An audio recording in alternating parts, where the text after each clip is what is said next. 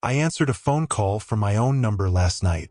The voice on the other end was mine, screaming for help from somewhere I've never been. Let me explain how I got here. Someone needs to understand what's happening to me.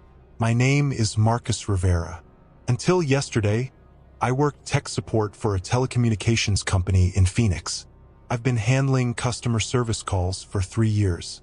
Nothing exciting, nothing dangerous, just angry people complaining about their internet speed, or cable going out during the big game. But last month something changed. It started with wrong numbers, not the usual misdials you'd expect. These were different. The callers would ask for me specifically, by name. When I'd confirm they'd reached me, they'd go silent. Exactly 30 seconds of silence. Then they'd hang up. Not confused silence, deliberate silence, like they were listening to something in the background. The first few times I figured it was a prank, maybe some friends messing around. But the calls kept coming.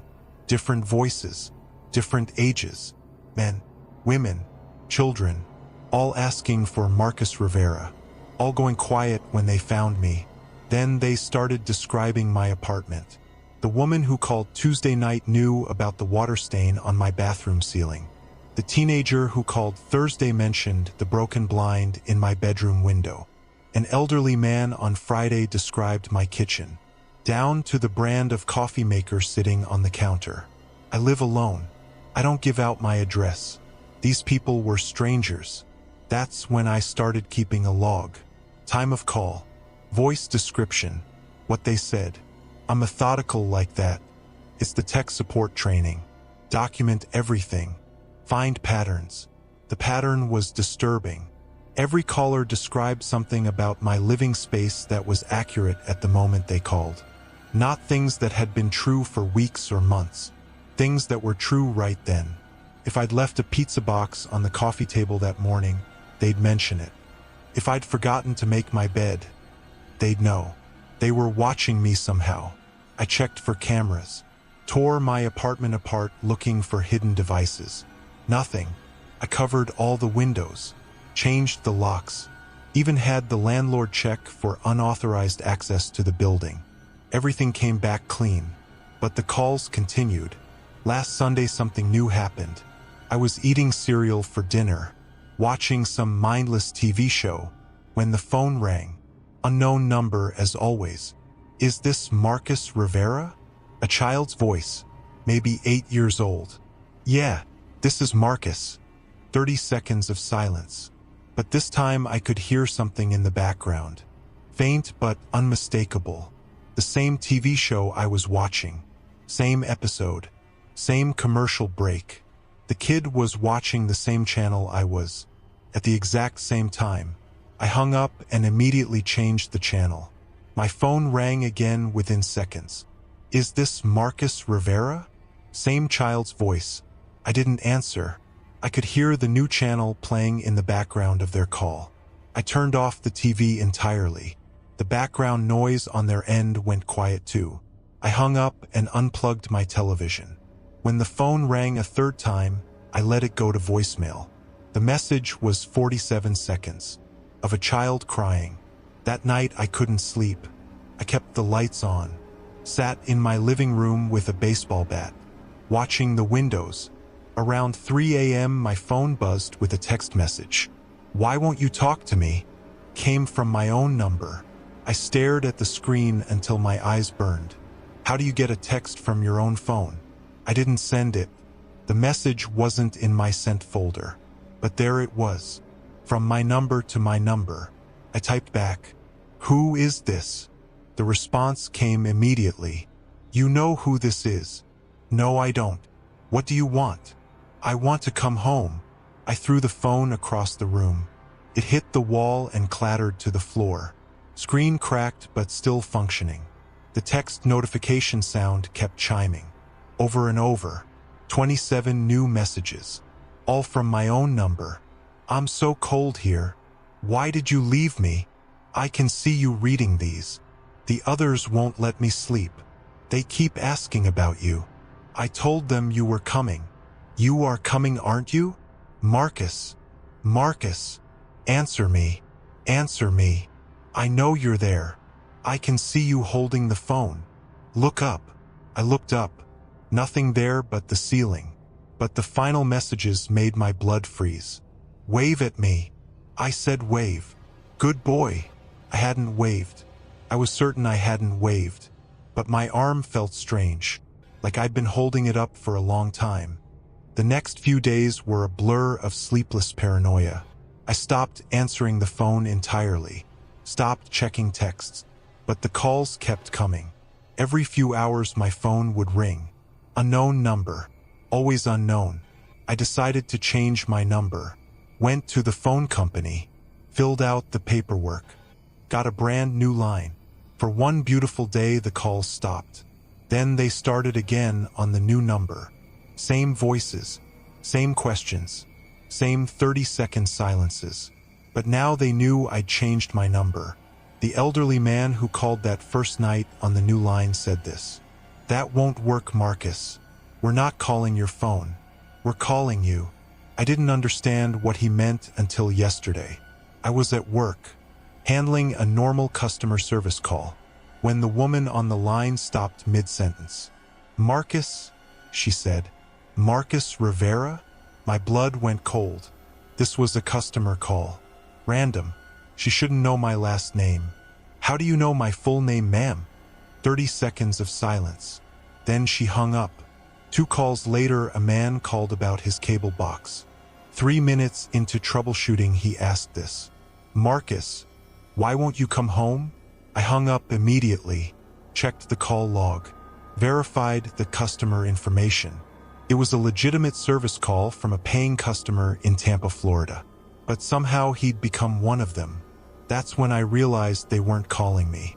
They were calling through me. Every person who talked to me was getting infected. My voice, my presence on the line, was changing them, turning them into whatever these things were. I quit my job that afternoon, told my supervisor I was having a family emergency. But it was too late. The damage was done. I'd spoken to hundreds of customers over the past month. How many of them were now like the others? Last night I decided to face this head on. I was going to answer every call, demand answers, figure out what they wanted and how to make it stop. At 11:47 p.m. my phone rang. Unknown number. I answered. What do you want from me? Help. The voice was familiar, but I couldn't place it.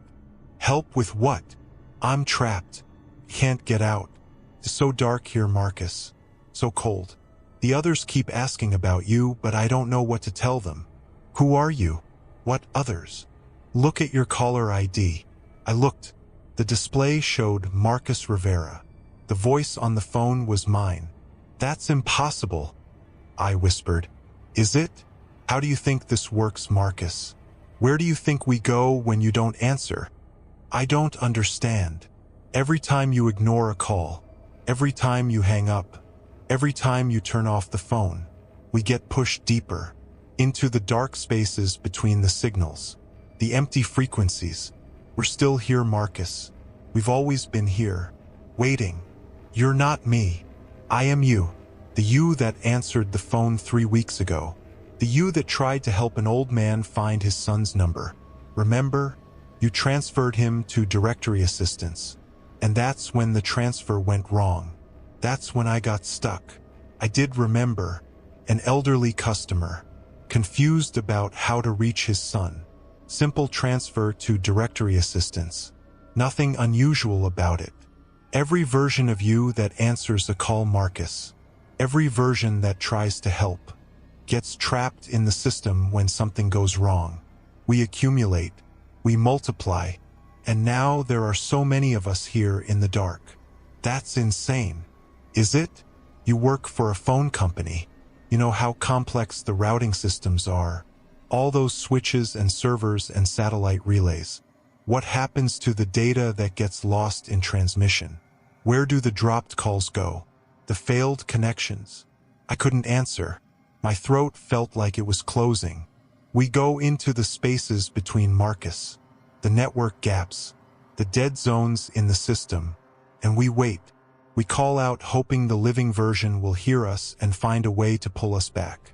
But instead you just create more of us. How do I stop this? You can't. Every time you speak to someone, there's a chance of system failure. A chance that version of you gets trapped with us. The only way to stop making more is to stop talking entirely. But the customers, the people you're calling, they're not customers anymore, Marcus. They're echoes, fragments of conversations that went wrong, pieces of people stuck in transmission, and now they're calling the only person they remember talking to.